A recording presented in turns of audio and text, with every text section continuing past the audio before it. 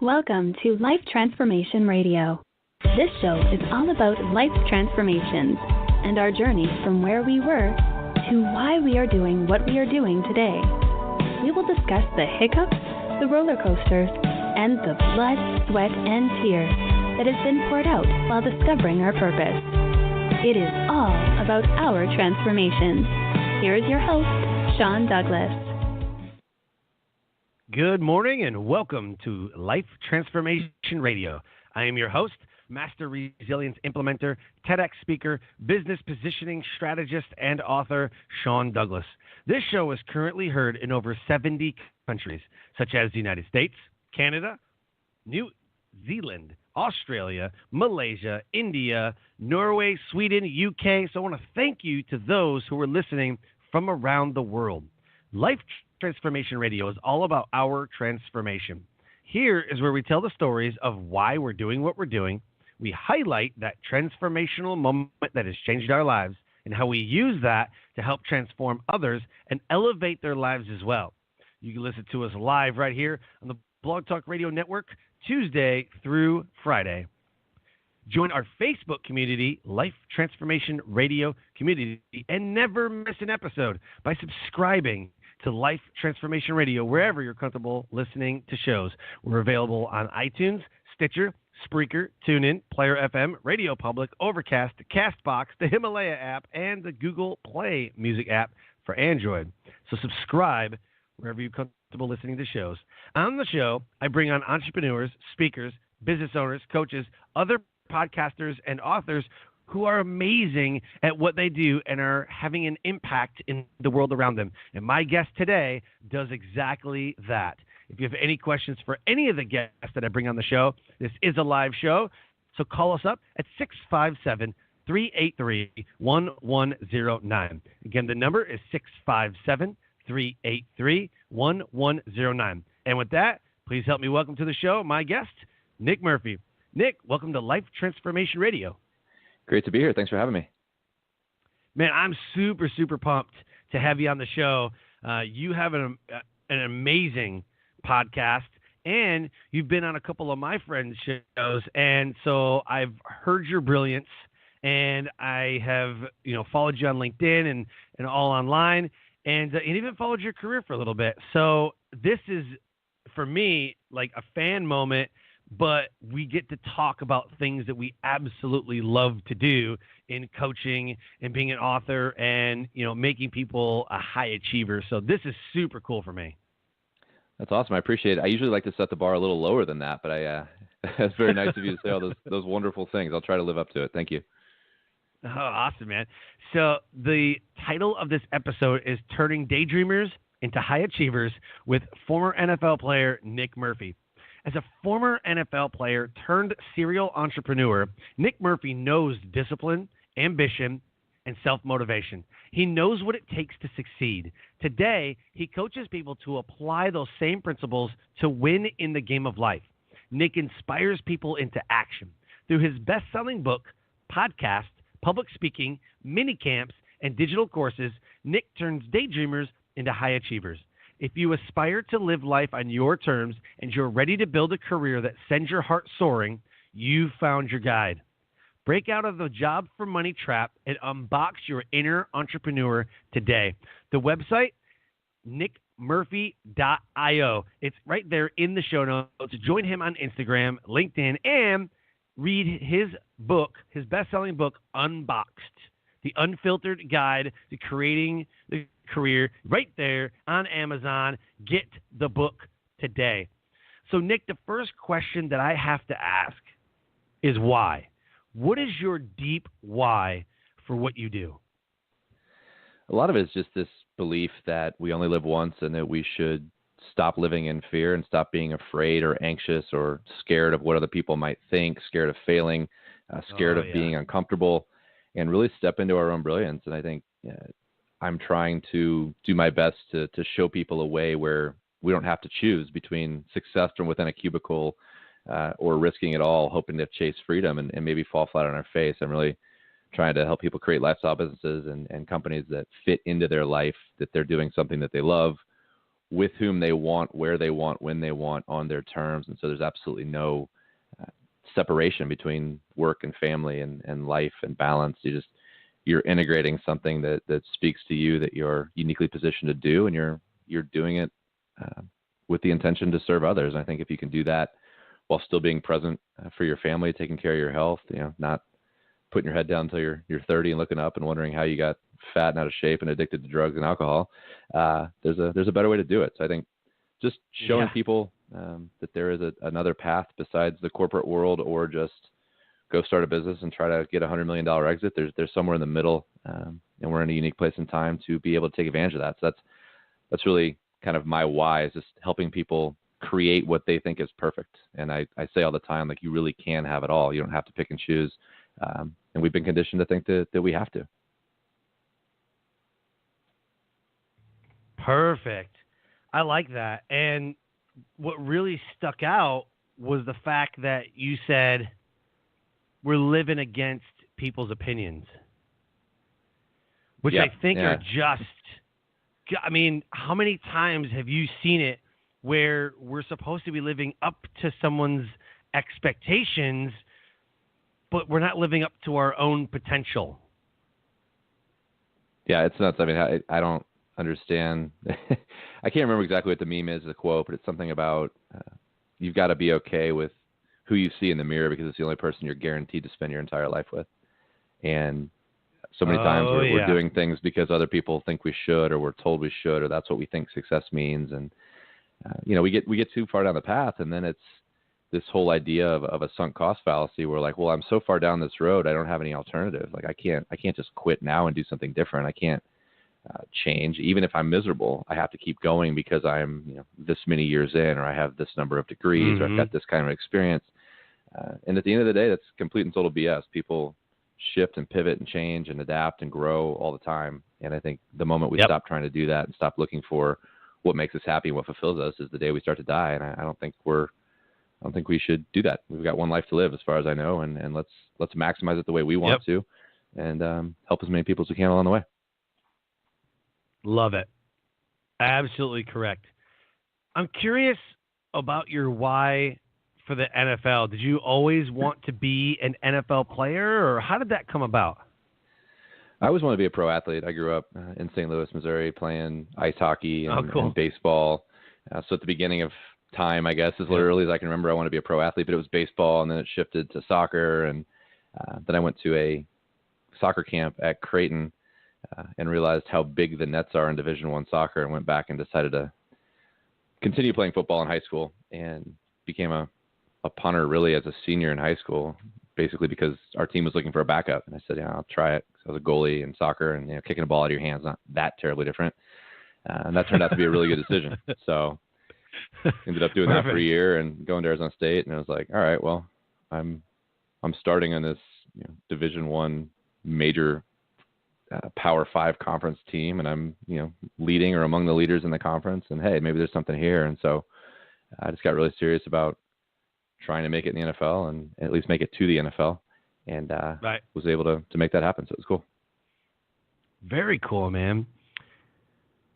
Going from the NFL to the serial entrepreneurship and to what you're doing now, talk about the transformation that has.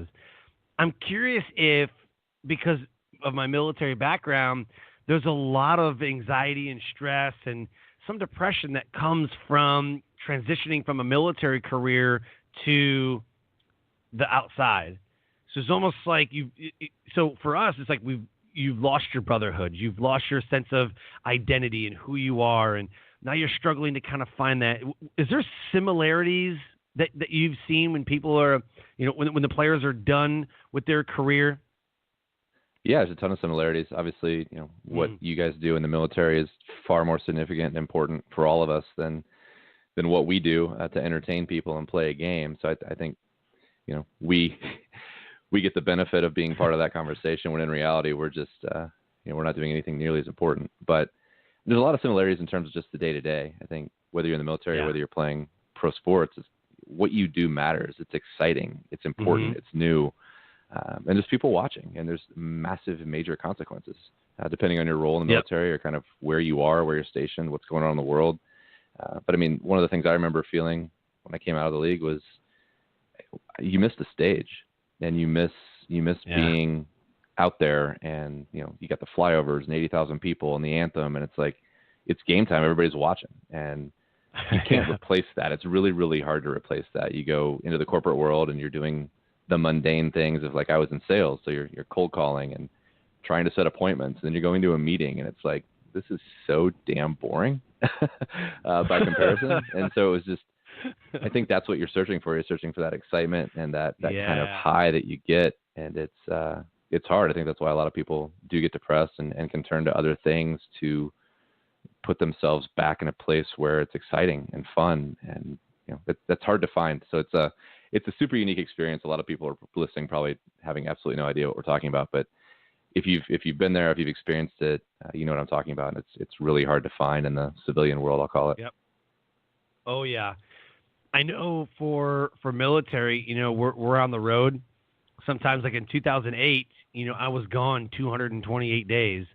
And I remember getting off of one plane, getting onto another, and never seeing the family. I mean, we come home and then we're gone again, and then come on. It just depends on the job. Some guys haven't deployed in a long time. It's been 4 or 5 or 6 years since they deployed. There's some guys who deploy every 18 months, So it just really depends on the job. But I will say, from a lot of my friends who have retired, it's the slowness of it all. In the military, everything's so fast-paced and so high energy, and we're on the road and we're doing these things, and and we're training and we're working, and all of a sudden you retire and you're like, okay, need some excitement. Like this is really like there's like a lull in battle, like this kind of sucks, And what I've noticed is that people get bored really easy, then they get inside their own head. And that's when the opinions and the stress and everything else from everybody starts coming down on you, because you're supposed to be this, this hero, this guy, this, you were the focal point for a while. And now it's like no one's talking about you. No one's, congratulating you anymore. No one's, coming up to you and like, man, thank you so much. And it's like that past life has gone. Like, now what? Now what? But you did that. Yeah. You have the now what now. You know what I mean? Like, you're doing it now. So talk about that. Yeah, it is hard, though, I think, because so many people have, we have our identity wrapped up in what we do. And then when people start talking about, whether it's coming out of the military or coming out of sports, like, oh, you were, like, you start hearing about yourself in the past tense, and you're like 30. I was 26 when I got done playing football. I was like, what do you mean I was? Like, I haven't even really started yet. Like, that went longer as a game than it did for most people, but that doesn't define who I am or what I did or what I'm capable of. And so I think hearing people, if you're not really self-aware and really ahead of that, and have some people to kind of remind you that that's just one part, and now you can take the benefits of that and what you learned and turn it into something great. But it's hard to hear people talk about your career in the past tense when you're in your 20s. I mean, that's really difficult to deal with. Yeah. Oh, I bet. Talk about a transformational moment in your life that has changed your life, that has also put you on the path to what you're doing now. It's going to sound cheesy and cliche, but honestly, having kids. Awesome. I had a successful corporate career. Yeah, I've got 5, 4 boys and a girl, so there's a litter of them, and it's why I'm in the business I'm in. It's why I do the job I do, and it's why I kind of coach people who want to find a way to make that work. We talk a lot about work-life balance. You're hearing more about work-life integration. But at the end of the day, if you don't control your time, if a company controls 40, 50 hours of your week and 100% of your income, how much freedom do you really have to create something that works? So, you can be successful in your career and still fail at life. And you see a lot of people who are high achievers, who are in the C-suite, who might have a lot of money and might have a job title, but their wife hates them, their kids don't know them, or they're lonely and divorced. And it's just, for me, I needed to find a way. I was not willing to sacrifice time with my kids and being able to go to their baseball games or whatever it is at the expense of, I'd rather make $75K less if I was going to stay in the corporate world and have ultimate flexibility than make more money and be gone all the time. And so I had to almost out of necessity based on my own kind of principles and drawing a line in the sand that, this is what I'm about, find a way to create a career on my terms, which is why, that's part of the subtitle of the book. But I was going to make this amount of money. I was going to do it this way. I was never going to have an office. I was never going to have a boss, and I had to go figure it out. And so what makes me, I think, a good coach and somebody who can help people get into that was I made every freaking mistake you could make. I mean, I spent hundreds of thousands of dollars of my money and of other people's money and of revenue learning the hard way how not to do things.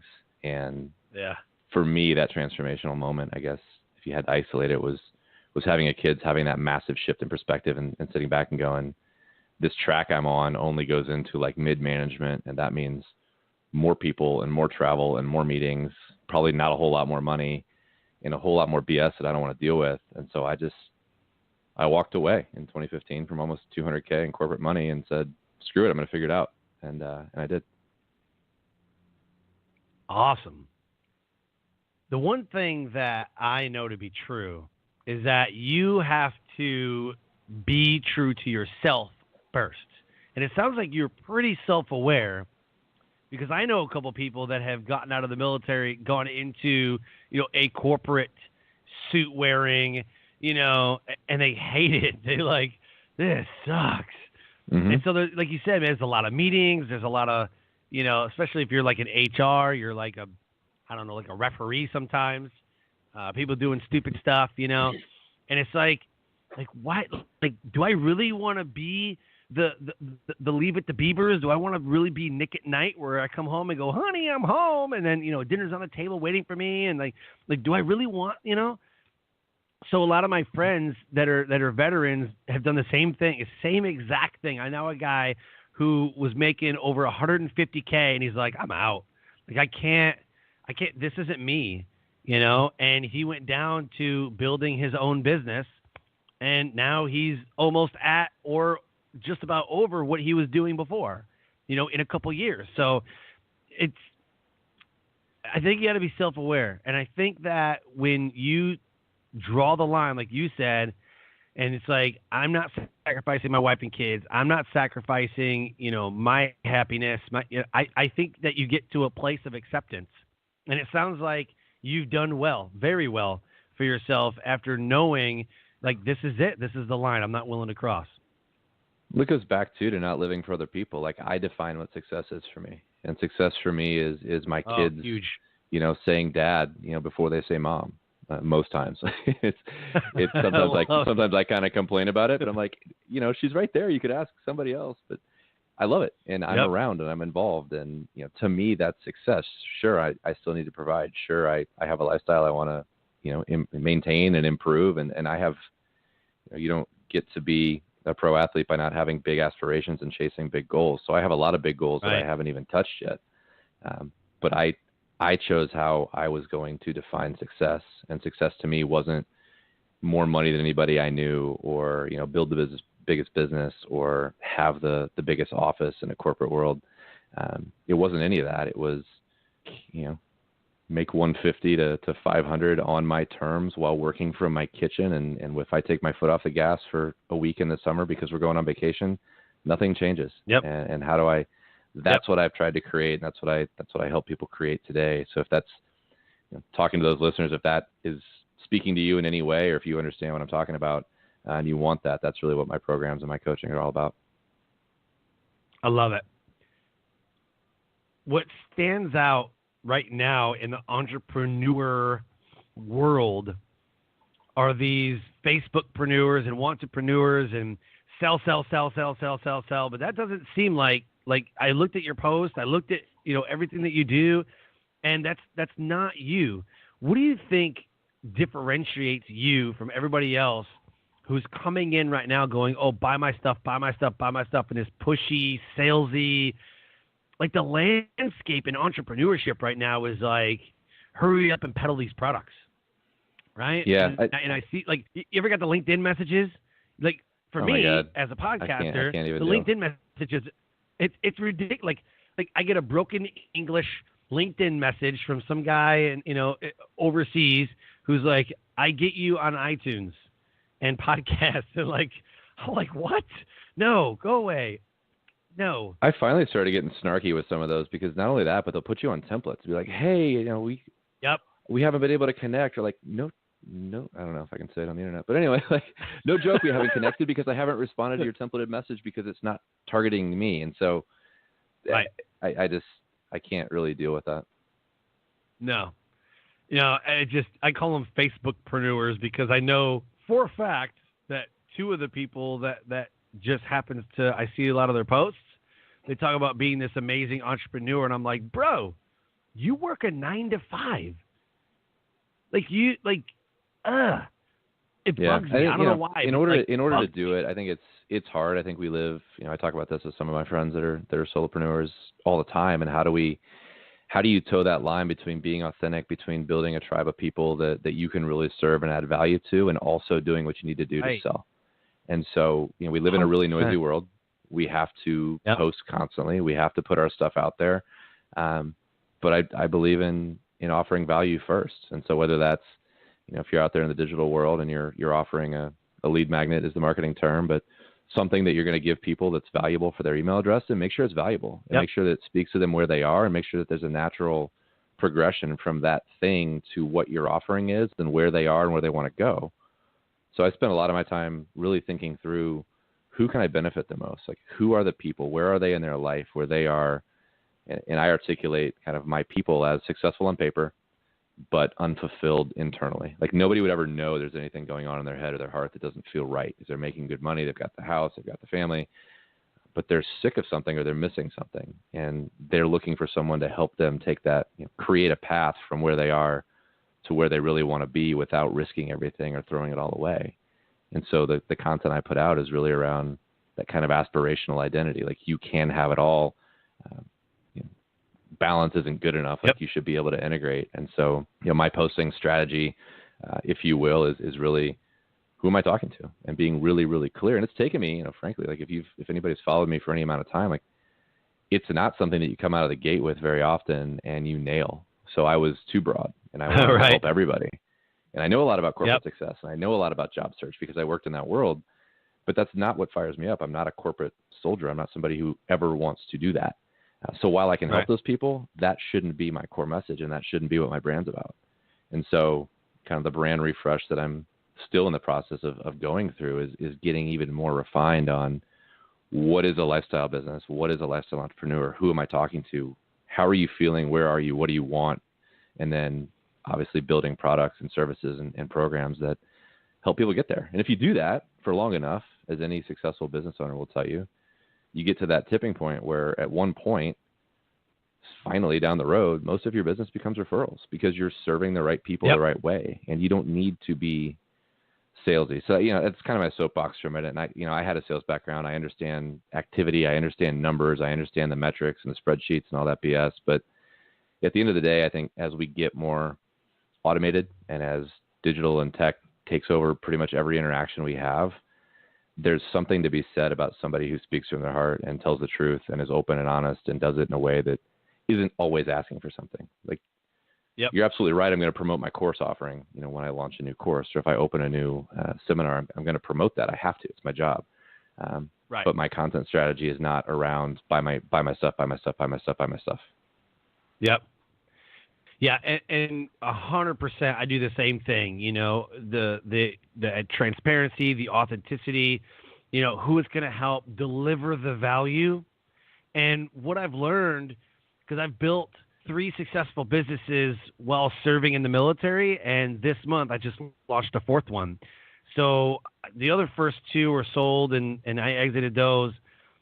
No matter what I did in the other businesses, it was always about selling a destination, not the journey, especially with coaching. When I first started back in 2015, what I would do is be like, well, we're going to have these many calls, and we're going to do these many things, and it's going to be this great, whatever. And they were like, well, I don't know. And finally someone told me, they're like, that's a lot of work. I'm like, well, yeah, it's a lot of work. Like, no, for you. I'm like, no, I love it. Like, I just love the process. I love, the journey of creating and launching and, monetizing and all that. But what I've learned throughout every business I've built was to sell the destination where are they going to go? How does that lead magnet help them to get to where they want to go? And I see a lot of done for you, services and products, and I've seen a lot of DIYs and a lot of other things. But the one thing that I know that sells all the time, and you sell without selling, is deliver the value up front, 100%. Deliver the value. One. I totally agree. Here's one. Speaking of LinkedIn, it literally just buzzed on my watch. So here we go. Ready? This is live. So we're going to do this. Hi, Nick. It seems that I didn't get your attention with my last message. Let me point out some of the ...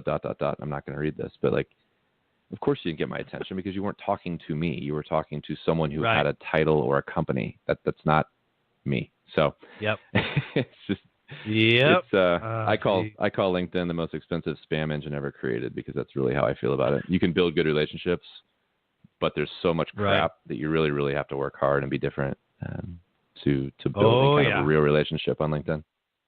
100%. I forgot who said this, but there's a quote, and it kind of just reminded me as you were talking about LinkedIn and business, and it says that there is no success with failure in the home. I don't know somebody famous had said that, but it just stuck out to me that there is no success with failure in the home. And I know a couple people who are successful in business. They're amazing, and I would pay them whatever amount of money to work with them. However, they've already had 2 divorces. So it's I don't know, and so I see that. Yeah, it's tough. I think let's be honest. Any high achiever is a hot mess in one area of their life. Usually, nobody's perfect, no matter how they appear or what they look like. To the public world, everybody has something that they're working on or they should be working on, or there's a part of their life that is not, for most people at least, in balance. And I think that's part of our human nature. We have to constantly recalibrate. We have to be self-aware and really take stock of those things. So for me, it's family, my health, and then maybe it's the athlete in me, but my stress relief is going to the gym. I won't miss. I will go even if I'm tired. Just because at the end I feel much better. My head is clearer, I'm sharper, and I can do my job better. But those are just things I don't sacrifice on. I think a lot of people get hung up. It's funny how much it goes back to doing what we think is successful to other people at the detriment of our own health and well-being. And so constantly recalibrating where we are and being self-aware enough to know, okay, I had to go really heavy at work this month or this quarter because of this thing or a project or a new launch or whatever. But, I know this isn't sustainable and I need to make sure that I'm actively pursuing some kind of balance to balance this out or take time away to perform at your best and also just stay healthy and on task, if you will. So that's really, really important. I think it's not something that people talk about enough, that really successful people do that, but we don't have a conversation about the intention behind that or kind of systems or structures or ways that we have to think about how to do that. Yeah, 100% agree. Absolutely. Is this something that you talk a lot about on your podcast that you have? I talk a lot about mindset, a ton about mindset and just what is it that you want? Self-awareness. Every interview I do, whether it's when I'm hosting or when I'm guesting, I feel like self-awareness is always, I say all the time, if I could teach my kids 2 skills in life, it would be self-awareness and critical thinking. And if you can do those 2 things, then I'm really not worried because you'll be able to, see what's true and what's not out there in the world and this, fake news kind of environment that we live in. And you'll be self-aware enough to know what your strengths and weaknesses are. And if you can do those 2 things, I think you're going to be able to figure it out if you have some personality and some skill. But self-awareness, mindset, and just being able to think around problems and be a problem solver and be a curious person are things I talk about all the time that are really, really important to being a successful person in business, whether you're in the corporate world or whether you kind of become crazy like us and go the entrepreneur route. Right. Right. So give us the name of the show, where people can subscribe to it, and a little bit about it. Actually, as fate would have it, it's about to be redone and relaunched.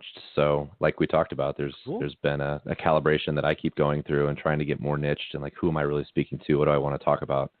And so the new podcast is actually launching next week, and it's called Creating a Lifestyle Business or Building a Lifestyle Business. I don't even know the name of my own show yet. Building a Lifestyle Business with Nick Murphy. That'll be out there on iTunes, but check out the website. It's there too. So nickmurphy.io. And there'll be all different kinds of ways to subscribe and cool show notes with timestamps and tweetables and some neat stuff. So building a lifestyle business. What is a lifestyle business is one thing I need to clarify. It's not a term. It's not necessarily a side hustle.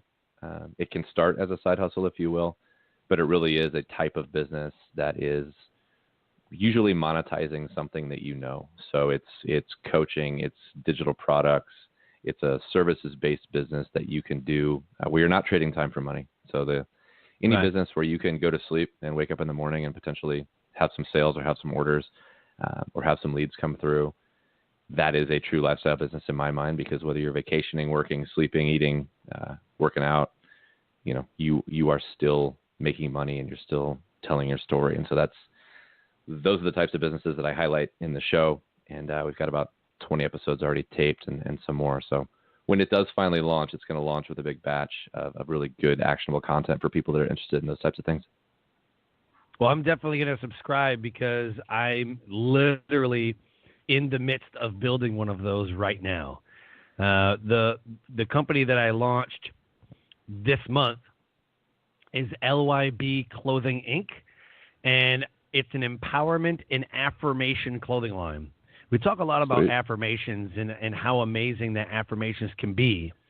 And I said, and this has been going on for 2 years. I'm like, man, I really I'm sick of going to clothing stores and trying to find a shirt or sweater or whatever that represents who I am. There's no clothes that really we wear sports jerseys because to share our favorite team. We like to root them on. We but when it comes to T-shirts, it's usually a movie or it says something that we believe in or whatever. You're not going to put something on your body, shirt-wise, that isn't something that you like or believe in or whatever. We see crosses, we see, all kinds of these things. So what I wanted to do, I was like, man, the word art on the walls and on jars and everything else is getting big. And so now was the perfect time because of everything, the empower. 5 years ago, we weren't talking about meditation and the miracle morning and, high achievers. And we weren't talking about the things that we're talking about now. So what I did was I just decided to open up an empowerment clothing line for entrepreneurs, speakers, and business owners, and put affirmations and what you believe on your shirt. Live your own brand. So it's called That's LIB, awesome. which stands for Live Your Brand. And so instead of living Nike's brand or Reebok's brand or Banana Republic or Abercrombie, why not live your brand? And so that's what I created. So, yeah, I totally get the lifestyle brand. No, that's awesome. I love that. It's funny. I have a daily text that comes in that I kind of write to myself, and I have a little service that sends me, just random. There's about 10 of them that kind of cycle through, and one of them is, "Are you living your brand today?" And just a constant reminder to me that is, are you living what you talk about? Are you being present? Are you making time for the stuff that is important? And are you doing it all in a way where if anybody who bought from you or followed you or listens to you would watch you for your entire day without you knowing, would there be anything that didn't make sense? And so it's just for me, it's I love that the LIB is something that I believe in. So very cool. That's cool. You have text, but that's awesome. I try to do that with my kids, especially my daughter. My 12-year-old, she gets super, I don't know what you call it, embarrassed, I guess, because I'm I'm like, here's your, affirmations. This is how I think about you. What do you think about you? And she's like, I don't know. And I don't. And I'm like, stand in front of the mirror and tell yourself that you're beautiful and you're, amazing and you love yourself and all that. And she's just like, that's weird. Well, this is what you do. You know what I mean? Yeah. My 4-year-old, she knows. She goes, I'm beautiful. I know this. I'm beautiful. So I don't know if I'm creating a monster. No, but you know what it is? It's that your 12-year-old's had enough conditions to feel like that saying something like that is not natural and it's uncomfortable. And your 4-year-old is still young enough and innocent enough to just say yeah, that's cool. Nobody's ever told me otherwise. I've never been in a place where I was made to feel anything different than that. So let's do this. And yeah, that's true. that's how quick it happens. It's just crazy. Yeah. Yeah. So let's do this. Let's do a shameless plug. You can plug friends, quotes, websites, Facebook, programs, products, and services, whatever it is that you want the audience to know and to do. Shameless plug moment. Go. I'm really like right now, and I know the whole deal about building your tribe on rented land or anything like that, but I'm big on Instagram right now. I'm really trying to get to that 10,000 follower mark so that I can enable swipe up and make it really easy to, when I say something that triggers where you are, like you can access that content without having to come off your phone or do anything weird. So follow me on Instagram for sure. It's just nickmurphy.io on Instagram, and then you'll find Linktree and links to the website and all that fun stuff. That's kind of my big ask, I guess. Otherwise, if you're interested in the book, it's called Unbox, an unfiltered guide to creating a career on your terms. Goes through, that's available on Amazon, by the way. And it goes through basically why we're unfulfilled at work, like chronically so. 85% of people are unengaged or actively disengaged. Why that might be, kind of offer my own kind of thesis statement on what's incongruent about capitalism today and who we are as humans. And then the second part of the book is a 3-step guide to creating that career on your terms. And it starts with putting your corporate career to work for you. So if you're somebody who's feeling unfulfilled, you're not quite sure you want to jump out, that section of the book will help. And then it goes into kind of diversify by creating a side hustle. And ultimately, step 3 is have the opportunity, whether you choose to leave your corporate role or not, to truly go out on your own. Because if you're going to be free and have something on your terms, you do own that decision, how long you work, when you stop, if you stop, and you're not going to be dictated to in terms of when your income stops. So that's what Unbox is about. Those would be the 2 things. Grab the book on Amazon and follow me on Instagram, and Instagram will show you kind of other things as they come up that are probably relevant to you if you're into the whole solopreneur lifestyle business game.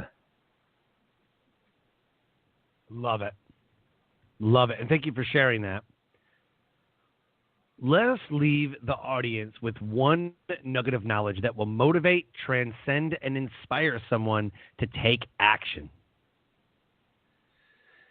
Oh, geez. Put me on the spot. Live radio. Let's see. There's a quote that I keep on my desk. It's the only quote that I have, and it's this. If you limit your choices only to what seems possible or reasonable, you disconnect yourself from what you truly want, and all that's left is compromise. And that, if I were to sum up my kind of worldview, forget what's possible, forget what's reasonable, forget what you see proof of. What is it that you want? Why does that matter? What are your pillars that you want to build your life on? And how can you create a way to monetize what you care about on your terms, the way you want to, when you want to? And that can be a really overwhelming thing, but if you just open yourself up to the possibility that you can have it, there are people like me that help you with some of the tactics of getting started and helping you find that path and setting you down it, and then supporting you in those first couple of years that are really critical. So that's what my program does, but that's it. I'm big on taking action. One thing I say all the time is that you can't sit in your driveway and wait for every light on your journey to turn green, or you're never going to leave. And a lot of the answers that we don't find until we're on the path. So if you're waiting for that perfect time, there's never the perfect time to get married or to have kids or to start a business. You could always have more money, something could always be different, quote, better.